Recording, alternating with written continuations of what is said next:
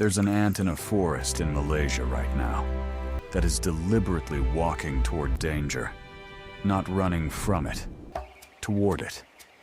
And the strangest part? The colony sent it there on purpose. Scientists watched this happen for years before they understood what they were actually seeing. And when they finally figured it out, it changed everything we thought we knew about how simple creatures make sacrifices. Certain ants, when they sense a threat, a fungal infection, a parasite, a bacterium, they don't retreat. They volunteer themselves as living shields. They expose themselves to the pathogen first, so the rest of the colony never has to. It sounds almost human, and in a way, it is. But here's where things get genuinely strange. These ants aren't just being brave. They're not acting on instinct alone.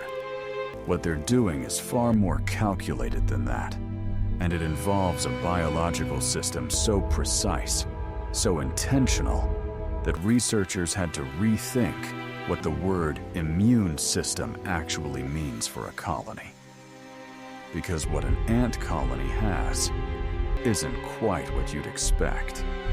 It's not one immune system, it's thousands of them, all working in coordination like a living network that detects threats before they arrive and deploys countermeasures before a single ant dies.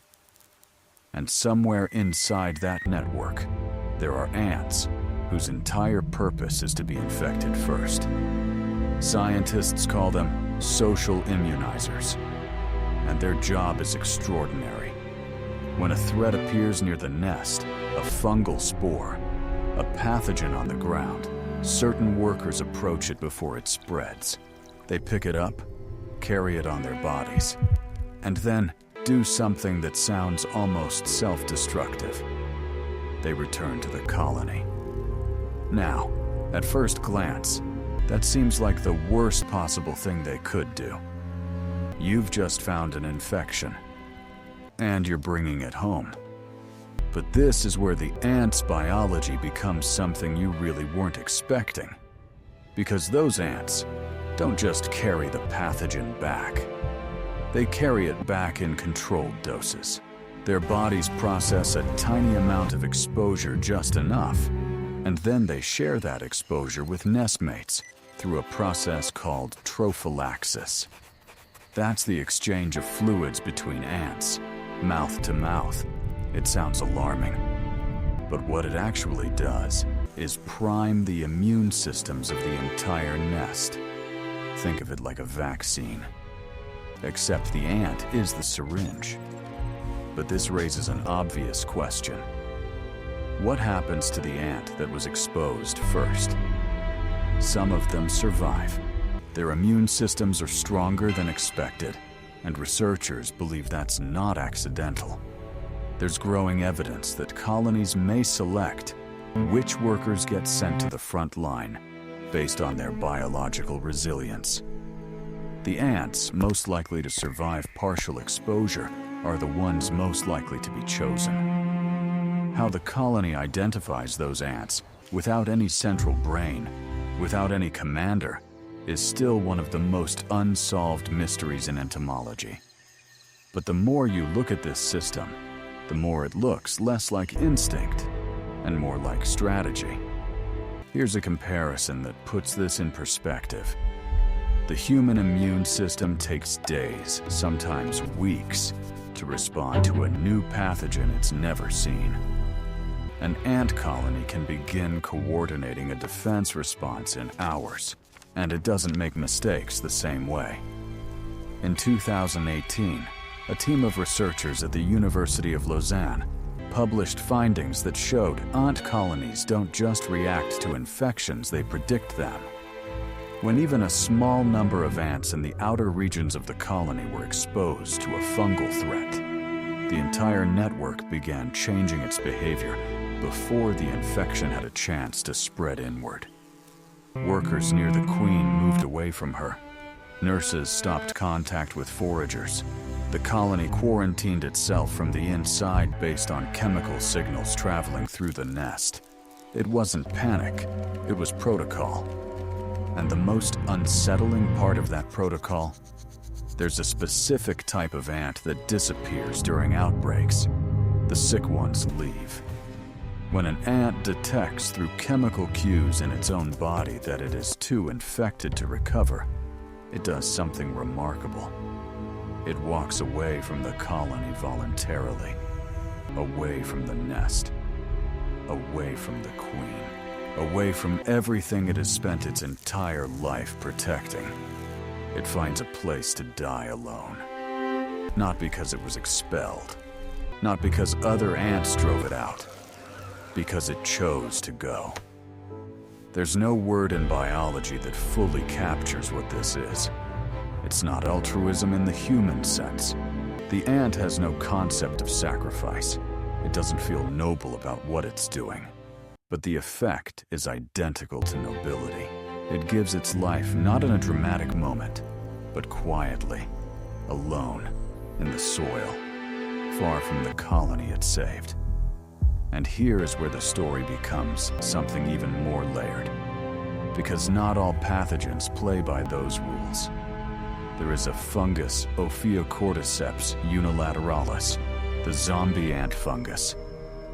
It hijacks an ant's brain, forces it to climb, and then kills it to release spores directly onto the colony below.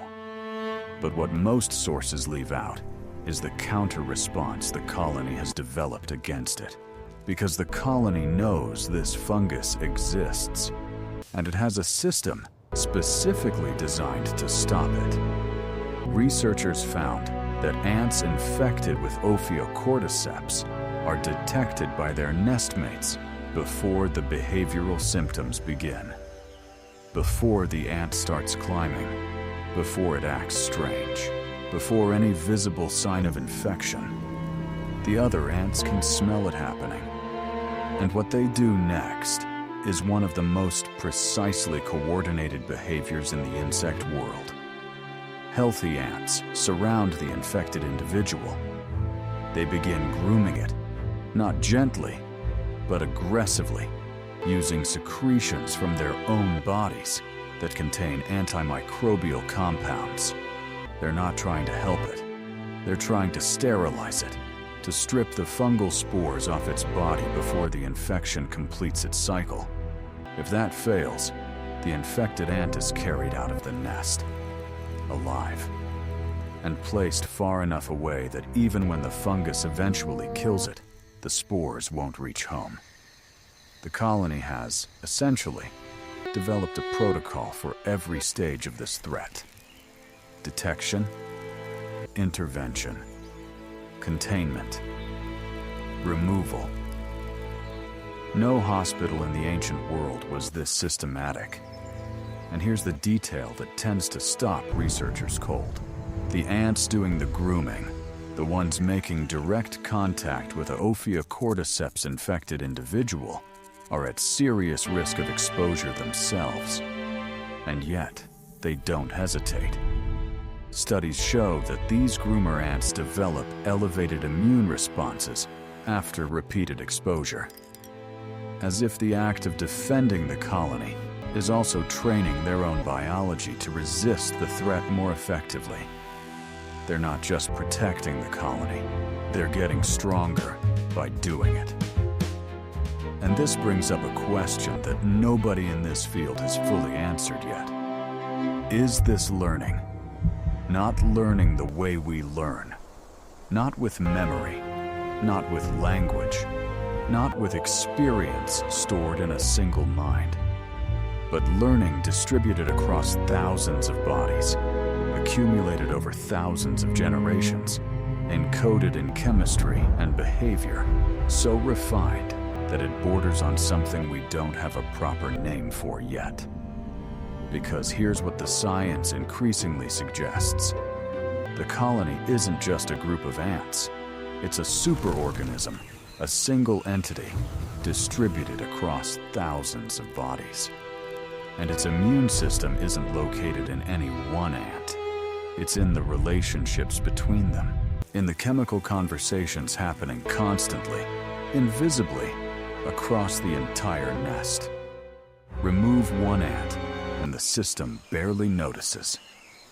But the system itself, it remembers.